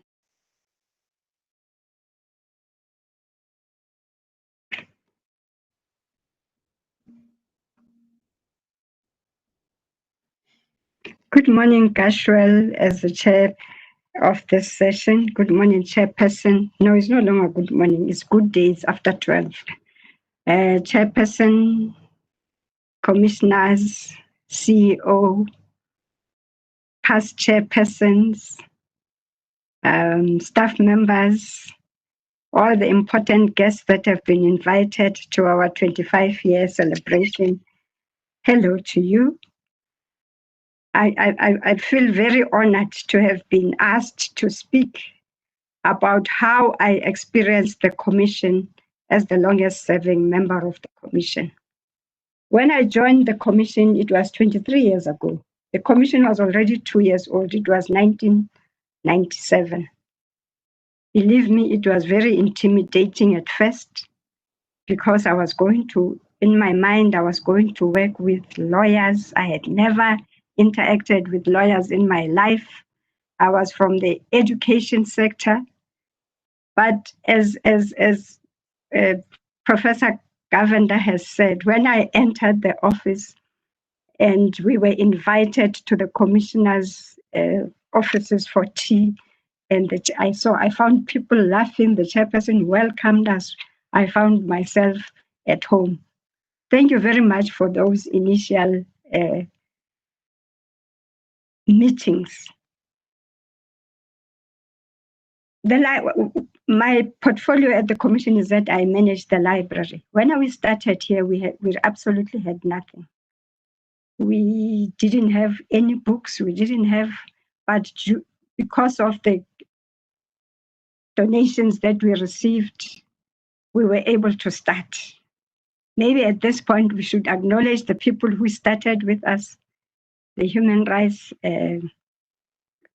the UN Human Rights Commission. They donated publications to us, the embassies.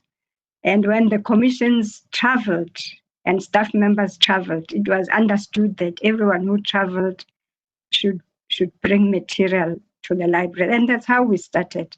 And I'm glad to say that practice still continues. When people travel and they get material, they bring it to the library.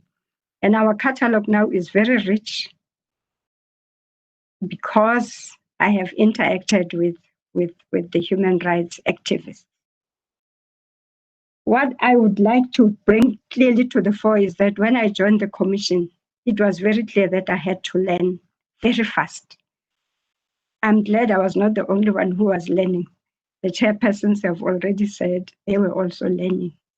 We had to learn. We learned on our feet because there was so much to do, but because also the organization was small.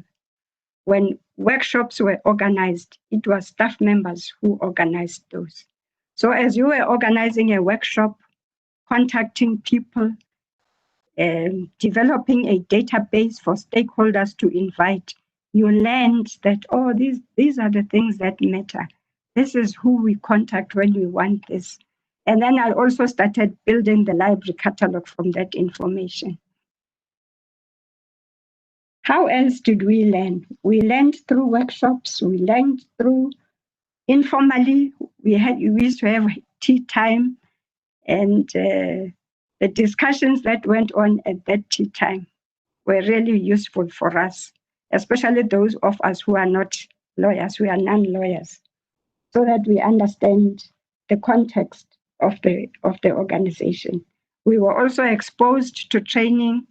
There was Greg Morende and Andre, who were in charge of the education and training portfolio. They trained us on the Bill of Rights to understand the context of the commission. And that was very helpful. We were sometimes thrown at the deep end. I remember the CEO, Louisa Zondo, saying, we are going to have a conference, you'll be the rapporteur. And then I said, what is that? So asking questions helped us. Being thrown at the deep end helped us to learn. We swam and we didn't drown, I can assure you.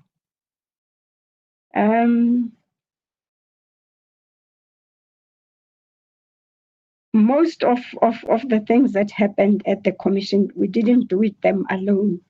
We had partnerships, we developed relationships with other organizations. So those organizations, those partnerships also helped us to do the work of the commission and realize the mandate of the commission that we were charged with. As I've already indicated, in the library, the library became the focal point because everybody who wanted information would come here. So it offered me a great learning opportunity. We have been able, through a budget and through donations, to build the library.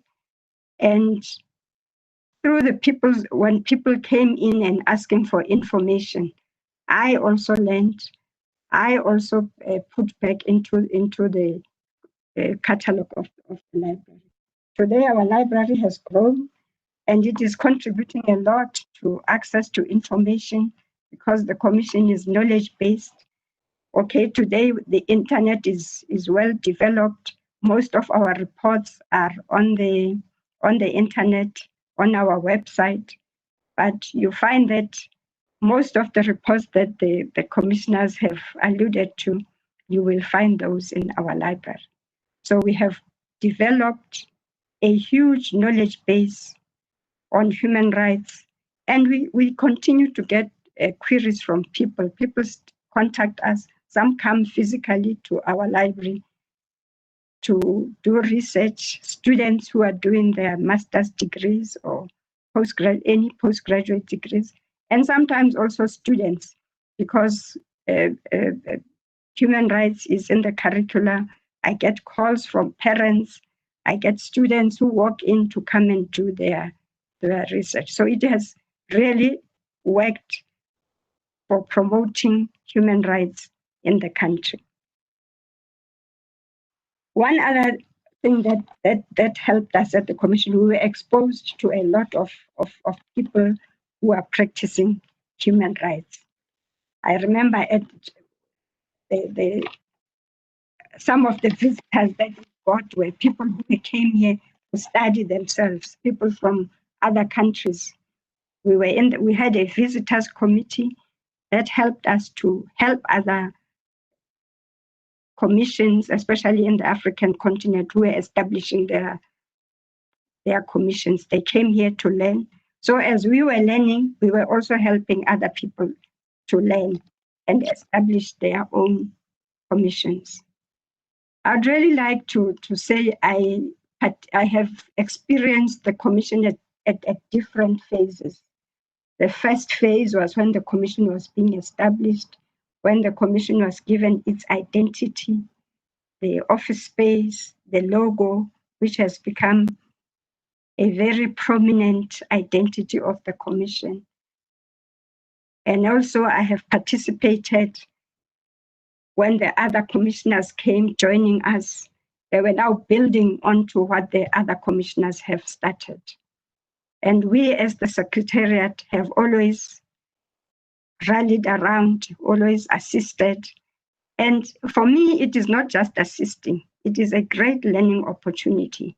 So if I were to summarize my experience at the Commission, it was, I experienced the establishment of the Commission, I experienced the growth of the Commission, I experienced when the first commissioners were here, we only had two provincial offices. The first one was the Western Cape.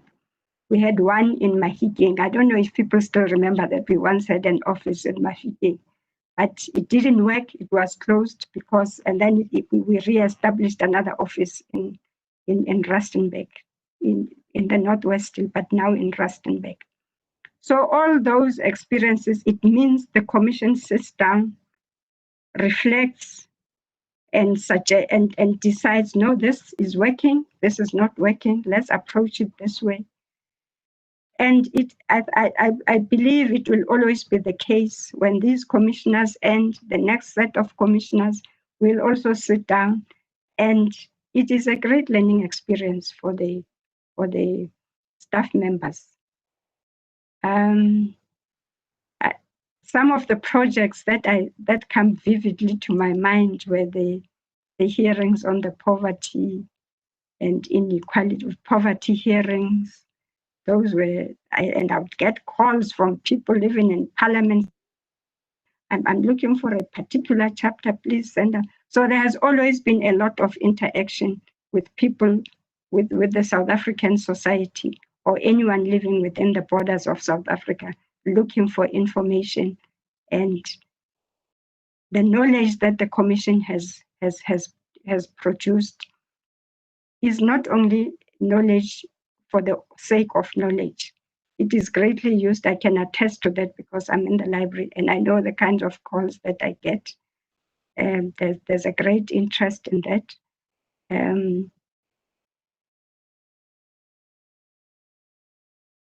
One other thing is that we were exposed to prominent human rights people. We were addressed at some point by Mrs. Mary Robinson. She visited the commission. The other Human Rights Commissioner, Judge Navi Pillay, also visited us. Those are very important engagements for us so that we can learn what the human rights field looks like and what is important. And also we had a lot of interaction with the African Commission, the African commissioners. At all conferences that we organized, we would always invite, they would always be invited, and we would get an opportunity to interact with them. So it has been a great learning experience for me. And I know it's not only me, all the staff members that have worked here. And I think that the growth of the organization is evident. Like I said, when we started, the provinces were evolving. Now all provinces have offices. That's a great thing for the visibility of the Commission. And I've been part of that. Because I also interact with the provinces when they look for information. On the whole, the Commission is growing. We congratulate ourselves, we congratulate the past commissioners, we congratulate the past CEOs.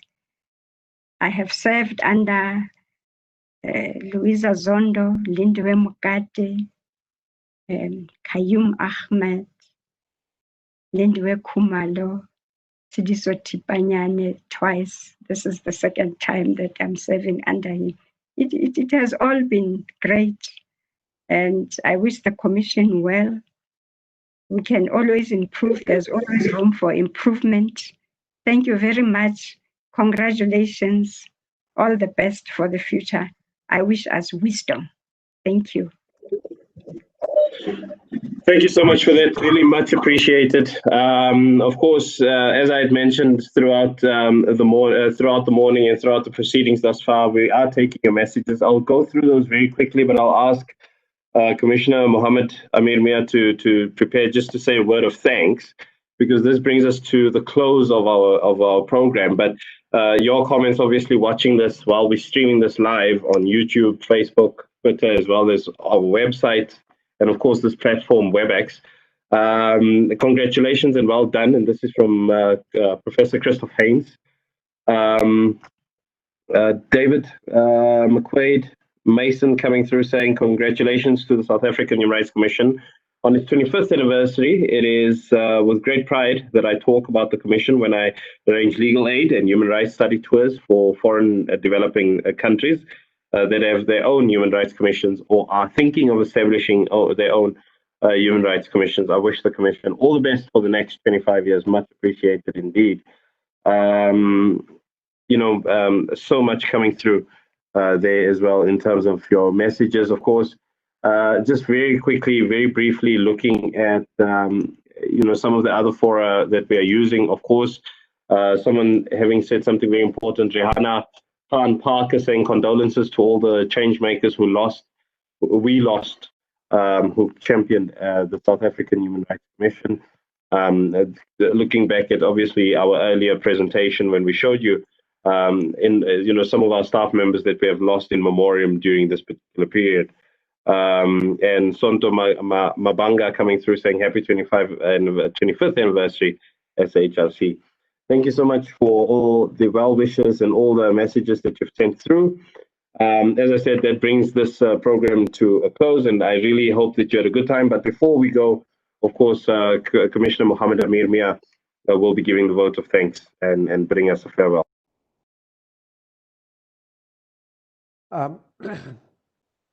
Thank you very much, Program Director Gershwell Brooks, the Deputy Minister of Justice, Mr. John Jeffrey, the Chairperson of the Portfolio Committee for Justice, Honorable Gratitude Mahwanishe, Ms. Abigail Norco of the Office of the Southern African United Nations Office of the High Commission for Human Rights, past commissioners of the South African Human Rights Commission, Chairperson, fellow commissioners, and staff members of the South African Human Rights Commission, dignitaries, ladies and gentlemen. It is indeed a pleasure, and thank you very much for giving me the honor of saying a few words of closure and remarks. Mine is a simple task, and that is just to do a vote of thanks. Please allow me to take this opportunity and thank all of you for making the time to attend this commemorative event, which marks a milestone achievement for the South African Human Rights Commission. In particular, I would like to express sincere gratitude to all those who were on the program for availing themselves and for sharing their insights during such an auspicious occasion. To our past commissioners and staff members, thank you for the sterling work you did during your tenure in an endeavor to establish the Commission as a stellar institution. To our numerous stakeholders, thank you for your continued support, and we will continue to count on you in ensuring that the ideals enshrined in the Constitution are turned into realities. I will be failing in my duties if I do not acknowledge the organizers of this commemorative event, who worked tirelessly behind the scenes to ensure that the event is a success. I hope this commemorative event has enabled us to take stock of the successes and failures of the Commission. It is my hope that the event has enabled us to reimagine how the Commission can further carve out tools to invigorate its vision to transform society, secure rights, and restore dignity. The Commission has still a crucial role to play, particularly in the light of the numerous human rights challenges besetting the country, which have been glaringly magnified and exacerbated by the coronavirus pandemic. The Commission will have to monitor that the government responses are human rights anchored and do not leave behind and exacerbate the further marginalization of those already in the fringes of our society. In conclusion, Program Director, whilst we are alive to the fact that the Bill of Rights is the cornerstone of democracy in South Africa, and that it enshrines the rights of all people of our country and affirms the democratic values of human dignity, equality, and freedom, so as to transform society, secure rights, and restore dignity, we must ensure going forward as a country that the quality of life of everyone is improved, thereby upholding the inherent dignity and worth of every individual, as South Africa must forge ahead towards the egalitarian and rights-based society that we all aspire to live in. And I'd like to echo the words of my principal and mentor, former chairperson of the South African Human Rights Commission, and now Justice Jody Colopin, who said that as we aspire to live in a rights-based society, we should understand that without rights there cannot be freedom. Without freedom there cannot be development. And without development there cannot be transformation nor social justice. I thank you all, and God bless you all. Nkosi Sikeleli Africa. Be safe and stay safe until we meet again. I thank you all, and safe journey wherever you go. Goodbye for now. Thank you, Program Director, and thank you, everyone.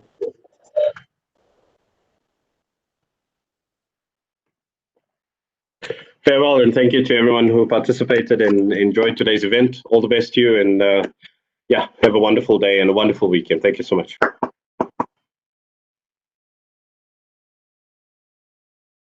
Thank you, Gash.